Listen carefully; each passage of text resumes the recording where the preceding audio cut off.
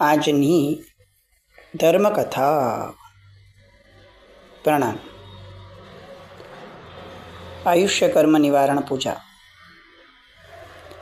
અને આ પૂજા અંતર્ગત આપણે અત્યાર સુધીમાં સૌથી પહેલાં જળ પૂજા આદિની અંદરમાં દેવના આયુષ્યના સ્થાનો, બંધના, એના નિવારણ માટેની પ્રાર્થના, ત્યારબાદ મનુષ્ય પણું મેળવી શકાય એના સ્થાનો, એના આયુષ્યના નિવારણની પૂજા.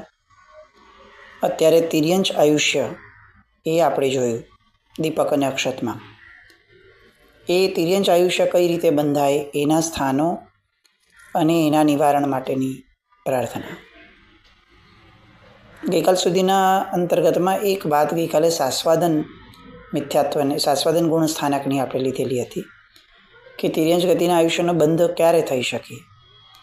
તો એ સાસ્વાદન ગુણ સ્થાનકની વાત આપણે એ રીતે લીધું હતું કે મિથ્યાત્વના ગુણ સ્થાનકમાંથી ઉપર ઉઠ્યા પછી મિથ્યાત્વનો સ્વાદ રહી જાય, આસ્વાદ ઉલટીમાં જેમ કેટલોક સ્વાદ રહી જાય ઉલટી કર્યા પછીથી, એમ એ સાસ્વાદન છે. પણ એ ફરક છે. સમ્યક દર્શન વમી જાય અને જીવ નીચે પડે એ સમયે મિથ્યાત્વના સ્થાનક પહેલાં એક સ્થાનક આવે કે જેમાં સમ્યક્ત્વનો કેટલુંક આસ્વાદ એના અંદર રહી જાય. એ સાસ્વાદન ગુણ સ્થાનક એ તિર્યંચનું આયુષ્ય બંધી શકાય. એટલે એના આધારે આપણે એક વસ્તુ નક્કી કરી કે સમ્યક્ત્વ જીવંત છે ત્યાં સુધી કોઈ પણ પ્રકારે તિર્યંચનું આયુષ્ય બાંધવાનો પ્રશ્ન નથી આવતો. સમ્યક્ત્વ વમ્યું એટલે તિર્યંચના આયુષ્યની વાત આવી. હવે સમ્યક્ત્વ વમ્યા પછી પણ જો સમ્યક્ત્વનો કેટલોક આસ્વાદ હોય ને તો જીવ તિર્યંચમાં જાય, પણ આસ્વાદ પણ ન રહે તો એની માટે નરક ગતિના દ્વાર ખુલ્લા થઈ જ જાય. એ સહજ છે. અહીંયા આપણે કર્મ થિયરીની એક વાતને સમજવા જેવી છે. તમે કોઈ પણ વસ્તુને બેસ્ટ કરો તો એ દેવલોકના આયુષ્ય સમાન આપણે ગણી શકીએ છીએ કે ભાઈ ચલો ઊંચા ગુણ સ્થાનકોનો સ્પર્શ થાય ને એ જ સમયે જો આયુષ્યનો બંધ થાય તો દેવલોકનું આયુષ્ય બંધાય છે. પછી પવિત્રતા અને લક્ષ્ય સાધકતા એ આપણા જીવનમાં આવે છે તો શું થાય છે તો કે મનુષ્યપણાના આયુષ્યનો બંધ થાય છે. દેવ અને મનુષ્ય બેવના બંધના સ્થાનોને ફરી ફરી સાંભળવા જેવા છે. એક ભેદ આપણને બહુ સ્પષ્ટ વર્તાશે કે જ્યારે લક્ષ્ય સહિતની સાધના ઊભી થાય છે ને ત્યારે એ મનુષ્યપણું આપે છે. કેમ એવું? કારણ કે લક્ષ્ય સહિતની સાધનાનું ફળ જ એ છે કે હવે આ લક્ષ્ય પૂર્તિ માટે અનુકૂળતા મળે, અને એ અનુકૂળતા દેવલોકના ભાવમાં નથી, એ મનુષ્યના ભાવમાં છે. આપણા જીવનની અંદરમાં દેવલોકનો બહુ જ મોટો ભ્રમ આપણે પાડીને બેઠા છે કે ભાઈ સુખ ત્યાં છે, ભગવાનની આટલી ભક્તિ કરવા મળે છે. આપણને એમ લાગે કે વાંચીએ ત્યારે કે કરોડો દેવતાઓ ભગવાનની ભક્તિમાં હોય છે. વાત સાચી છે, પણ કેટલામાંથી કરોડો દેવતાઓ એ પ્રશ્ન ઊભો થવો જોઈએ. ઓલ ઓવર જગતની અંદરમાં અત્યારે અબજોની વસ્તી છે, એમાંથી કોઈ 1 લાખ માણસોએ ઉપધ્યાન કર્યા હોય, ફોર એક્ઝામ્પલ, કે ધર્મ કર્યો હોય, અને આપણે એમ કહીએ કે આખું જગત એ ધર્મમય થઈ ગયું છે, બસ આ એના જેવી સ્થિતિ થાય. બહુ જ મોટી વસ્તીમાંથી કેટલોક ટપકા જેટલો અંશ જ્યારે ધર્મમાં જોડાય ને ત્યારે એને ધર્મની જાહોજલાલી જગતની અપેક્ષા એ ન કહેવાય. એવી રીતે આપણી માટે કરોડો દેવતાઓ ભેગા થાય એ બહુ મોટી વાત છે, પણ દેવલોકમાં દેવોની જે સંખ્યા છે એ સંખ્યાની અપેક્ષાએ કરોડો દેવતાઓ ભેગા થાય ને એ ટપકા માત્ર છે. કેમ આવું? આટલી બધી અનુકૂળતા છે, ત્યાં તો કોઈને કમાવા જવું ને આ તે બધી માથાકૂટો તો છે નહીં, તો પણ કેમ નશું છે? કારણ કે ત્યાં સુખનો રાગ છે. એટલે દેવલોકનું આયુષ્ય શુભ ગતિ હોવા છતાં લક્ષ્ય સાધકતાની અપેક્ષાએ એને એટલું ઇષ્ટ નથી ગણ્યું. બાકી ઇષ્ટ એક જ મનુષ્યનું આયુષ્ય. એના પણ નિવારણની વાત કેમ કરી તો કે મને એ પણ નથી જોઈતું, કારણ કે અંતે તો 4 ગતિનો જ ભાગ છે. પછી તિર્યંચનું આયુષ્ય આવ્યું, એના બંધના સ્થાનો આપણે વિચાર્યા. એ બધા સ્થાનો ચોરી, માયા, કપટ બધું. હવે એનાથી પણ જ્યારે જીવ નીચે ઉતરે ત્યારે કઈ સ્થિતિ પામતો હશે, એ કયા કયા લક્ષણો હશે, એની વાત અત્યારે હવે નૈવેદ્ય પૂજાની અંદરમાં કરે છે. અણહારી પદ મેં કર્યા, વિગ્રહ ગય્ય અનંત, નૈવેદ પૂજા ફળ દિયો, અણહારી પદ સંત. આપણે જે સામાન્ય રીતે દુહો બોલીએ છીએ એના કરતાં કંઈક બીજી લાઈન અલગ છે.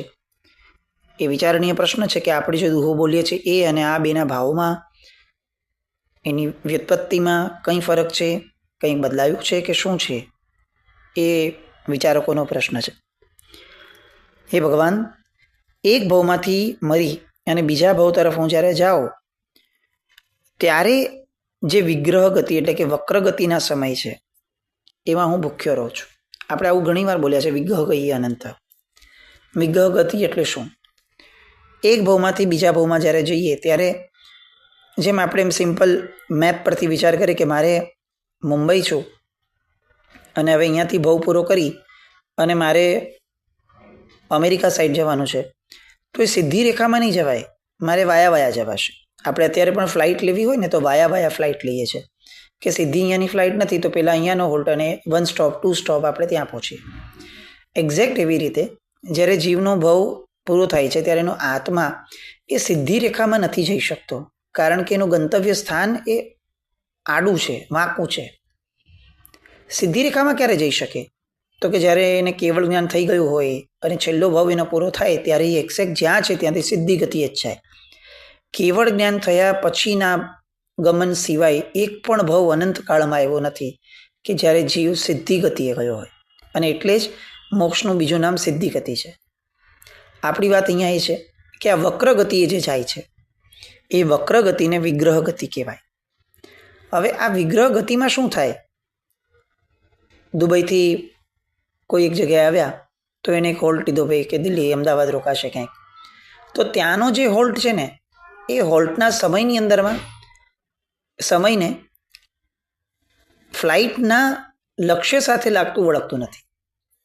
એ હોલ્ટ એ શાંતિનો સમય છે, ત્યારે તમે ઉડતા પણ નથી, ત્યારે તમે કોઈ જગ્યાએ જતા પણ નથી, ને તેમ છતાં કહેવાય શું કે હું ગંતવ્ય સ્થાને જઈ રહ્યો છું. બસ એક્ઝેક્ટ એવી રીતે અહીંયાથી આત્મા દેહ મૃત્યુ પામ્યો, આત્મા ઉડી અને એક સમય એટલે તો આંખના પલકારાનો 1000મો, 1,00,000મો ભાગ, કરોડમો ભાગ, એનાથી વધારેનો ભાગ, તો એટલા નાના સમય માટે જીવ જ્યાં હોલ્ટ કરે છે ત્યાં એની પાસે એક પણ આહાર કરવા માટેની અનુકૂળતા નથી, કારણ કે દેહ હોય તો એને આહાર કરવો પડે. ત્યાં એનો આત્મા હજી દેહ સુધી પહોંચ્યો નથી, બીજા દેહ સુધી, અને પહેલો દેહ છૂટી ગયો છે. તો એ જે વચલો ભાગ છે એને વિગ્રહ ગતિના આરાધ્ય રૂપ સમય કીધો. કેમ? કારણ કે ત્યાં એ આહાર વિનાનો છે, એટલે અણહારી પદવાળો છે. નૈવેદ્ય પૂજાનો ભાવ આપણો આ છે કે જેમ આવા અનંત ભાવો થયા મારા, તો અનંત ભાવની પહેલાંનો આવો વિગ્રહ ગતિનો સમય, અણહારીવાળો સમય, એ પણ અનંતવાર થયો છે. હવે એવો સમય મને શાશ્વત સમય માટે આપો ભગવાન, જે મને સિદ્ધિ ગતિમાં જ મળી શકશે, એ પ્રાર્થના છે. એટલે હું એક ભાવમાંથી મરીને બીજા ભાવ તરફ જાઉં ત્યારે વિગ્રહ ગતિના સમયો હોય એમાં હું ભૂખ્યો રહું છું. એ રીતે મેં એ સમય પૂરતું અણહારી પદ સેવ્યું છે, એવું અનંતીવાર બન્યું છે. પણ એ તો કેટલું હોય, 1, 2, 3 સમય, એનાથી વધારે નહીં. પણ હવે હું આપની નૈવેદ્ય પૂજા કરીને યાચના કરું છું કે મને અનંત કાળ માટેનું, શાશ્વત કાળ માટેનું અણહારી પદ આપો. હવે આ નૈવેદ્ય પૂજાની ઢાળ શરૂ કરે છે. આહાર કરંતા અહનિશ માચ્યો, નાચ્યો એણે સંસાર સંભાલ વિશરામી. નૈવેદ્ય થાળ ઠવી જ ન આગે, માંગો પદ અણહાર વિશરામી. દેતા નહીં તુજ વાર, તુમ સરીખો દાતાર, નહીં કોઈ આ સંસાર, ત્રિશલા માત મલ્હાર, મુજ અવગુણ ન વિચાર, સાંભળ વિશરામી. કેટલી સરસ વાત. અહીંયા શબ્દ લખ્યો છે સંભાળ વિશ્રામી. સાંભળ વિશ્રામી આ શબ્દ એટલા માટે વપરાય છે કારણ કે એ પ્રભુને વિશ્રામી કહે છે. વિશ્રામી એટલે શું કે હવે જેને ફક્ત વિશ્રામ કરવાનો છે, આરામ કરવાનો છે, મારે ભટકવાનું છે, અને એ ભટકવામાંથી હવે મુક્તિ મેળવી અને વિશ્રામ તરફ વળવું છે. તો જેણે વિશ્રામ લીધો છે એની આરાધના કરીશ તો વિશ્રામી બની શકીશ. અને એટલે અહીંયા પ્રભુને એમના અનંત અનંત ગુણો હોવા છતાં અહીંયા એમનું સંબોધન વિશ્રામી તરીકે કર્યું. આ એક છે ને બહુ સરસ મજાની ખાસિયત છે કે કોઈ એક વ્યક્તિના અનેક પાસાઓ છે, પણ તમારે જે વાત કરવી છે ને એ વાતને લગતું જે પાસું છે એના દ્વારા એનું સંબોધન થાય તો એ એને અપીલિંગ બને. કોઈ વ્યક્તિ પાસે આપણે દાન લેવા જવું છે, પૈસા લોન લેવા જવું છે, માંગવા સમજો, તો ત્યારે આપણે એનું ઉદ્બોધન એમ જ કરશું કે તમે તો બહુ દાનેશ્વરી છો, તમે તો ખરેખર પરદુઃખ ભંજક છો, પરાર્થ રસિક છો. આવી રીતે વાત કરીને પછી આપણે આપણી વાત મૂકશું તો ઓલાને પણ એનો એક્ઝેક્ટ પર્યાય રિયલાઇઝ થાય અને એને આપવાનું મન થાય. આપણે ક્યારેય એવું નથી કહેતા કે જેની પાસે આપણે પૈસા લેવા જવું છે એને આપણે એવું ઉદ્બોધન નથી કરતા ક્યારે પણ કે તમારો ખોરાક તો ઘણો સારો છે, તમારું આ ઘણું સારું છે. આવું નથી કરતા. કેમ? કારણ કે રિલેવન્સ સાથેની વાત હોય. તો અહીંયા પંડિત વીર વિજયજી મહારાજ એક રિલેવન્સ સાથેની વાત કરે છે કે ભગવાન, મારે હવે ઠરવું છે, મારે હવે ભટકવાથી વિરામ લેવો છે. તો તમે આવા વિરામ પામેલા છો એટલે તમારી પાસે આવીને સૌથી પહેલું ઉદ્બોધન એ તમારી માટે ઉપયુક્ત, અત્યારની માંગણી માટે ઉપયુક્ત એ જ છે કે પ્રભુ તમે વિશ્રામી છો. હે વિશ્રામી, તમે મારા દિલના પણ વિસામારૂપ છો. તમે મારી વાત સાંભળજો. જુઓ, હું રાત ને દિવસ આહાર કરવાની અંદરમાં મચ્યો છું, મશગુલ રહ્યો છું. આહાર કરું છું એ તો ઠીક છે, રિક્વાયરમેન્ટ છે, પણ પછી એમાં ઉન્મત્ત બનું છું. અને ઉન્મત્ત બનવાના કારણે સંસારમાં બહુ નાચ્યો, ભમ્યો. હવે હું એનાથી થાક્યો છું. અને આ થાકવાના ભાવ સ્વરૂપ નૈવેદ્યનો થાળ ભગવાન હું તમારી સમક્ષ ધરું છું. આ થાળ ધરી અને માંગણી શું કરું છું તો કે હવે તમે બસ આ બધાથી છોડાવો, આહારથી, અને મને અઢારી પદ આપો. હું જાણું છું કે તમારા જેવો દાતાર આ જગતની અંદર બીજો કોઈ જ નથી. બીજા દાતારો તો પોતાની પાસે જે હોય એનો અંશ બીજાને આપે. તમે એવા દાતાર છો જે પોતાની પાસે જે છે એવું ને એવું જ પદ બીજાને આપે છે. આવો દાતાર આ જગતમાં ક્યાં મળવાનો? તો આવા ઉત્તમ દાતારની પાસે, આવા અત્યંત ઉદાર તત્વની પાસે માંગણી કરતી વખતે હું એમ કહું છું કે ભગવાન, મારી આ વ્યથા, મારી આ વેદના સાંભળજો. મારા અવગુણોને ન જોતા મારા પ્રત્યે ઉદારતા કેળવજો. અમથું આખા જગત પ્રત્યે બહુ જ ઉદાર છો, પણ વિશેષપણે માંગણી કરું છું કે મારા પ્રત્યે પણ ઉદાર બનજો.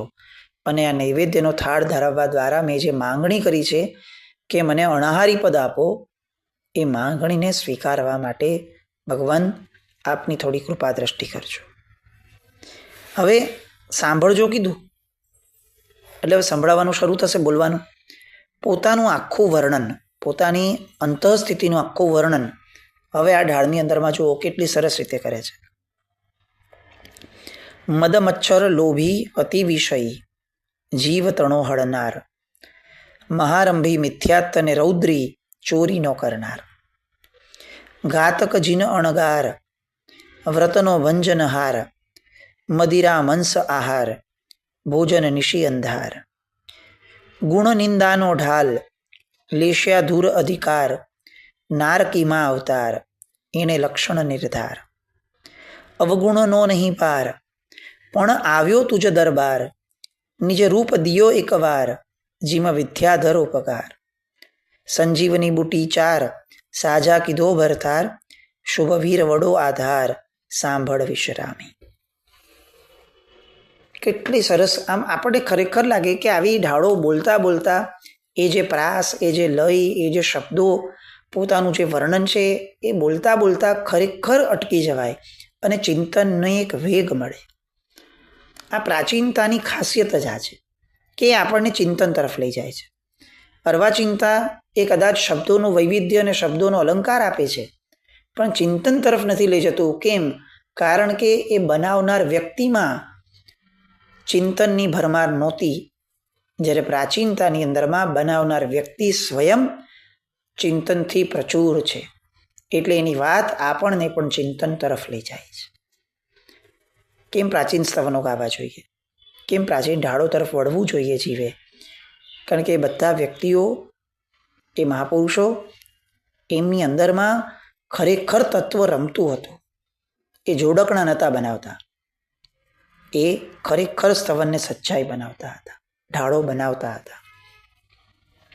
જુઓ શું વાત કરે છે કે મેં મારી નરક ગતિ પાકી કરે એવા કેટલા બધા કામો કર્યા છે ભગવાન. કયા કયા?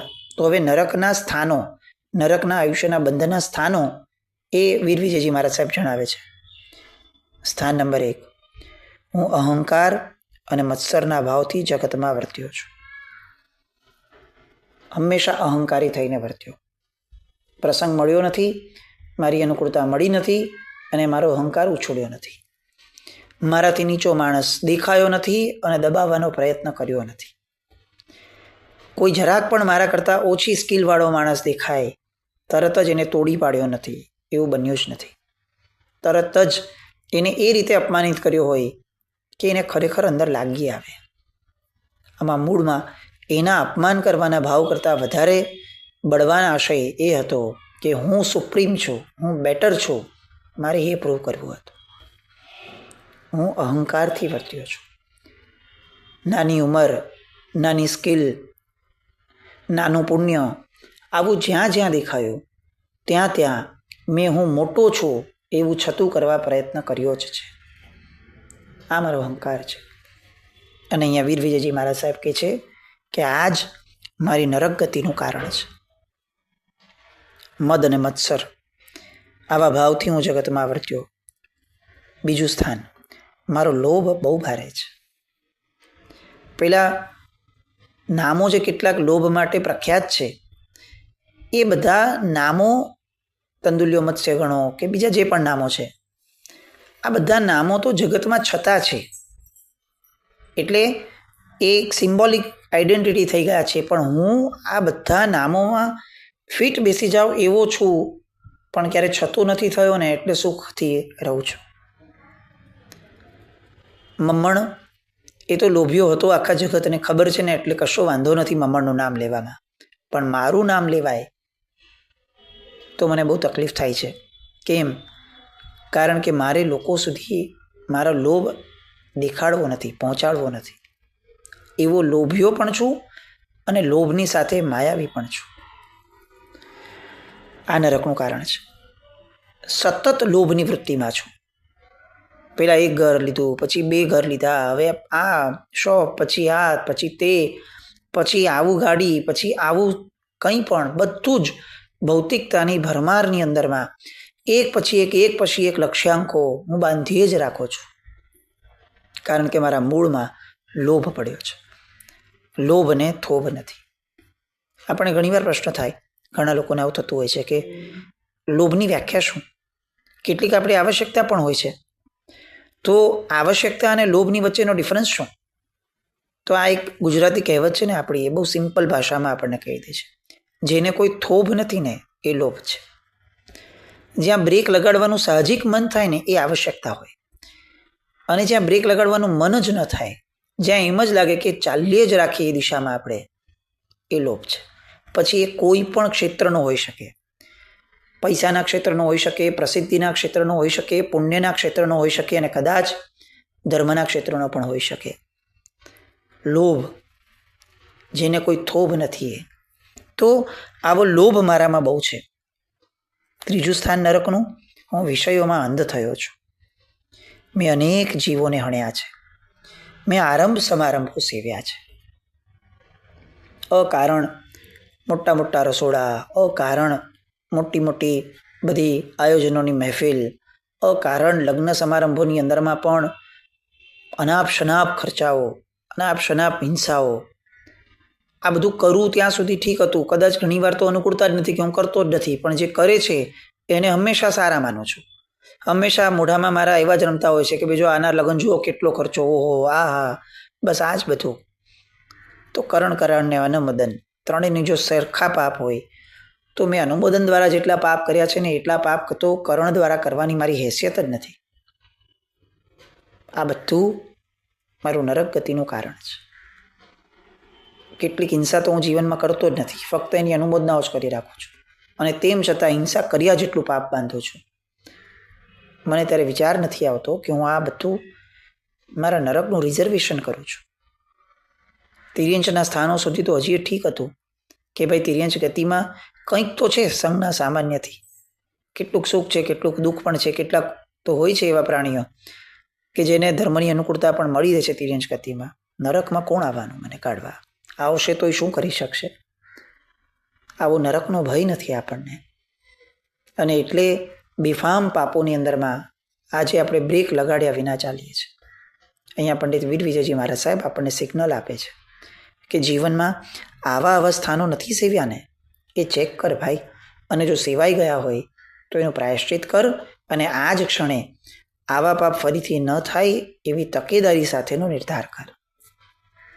હજી પણ કેટલાક રૌદ્ર ધ્યાનને લગતા કારણો, એ બધા કારણો, અને પછીથી આ બધાના નિવારણ રૂપે નૈવેદ્ય પૂજા કઈ રીતે કરવાની એની વાર્તાઓની વાતો જે આપણે ઓલરેડી કરેલી છે, અને નરક આયુષ્યના બંધના સ્થાનનું નિવારણ કરનાર એ ભાવપૂર્વકની આ નૈવેદ્ય પૂજા, એ બધાની વાતોમાં આવતીકાલે ફરીથી મળશું.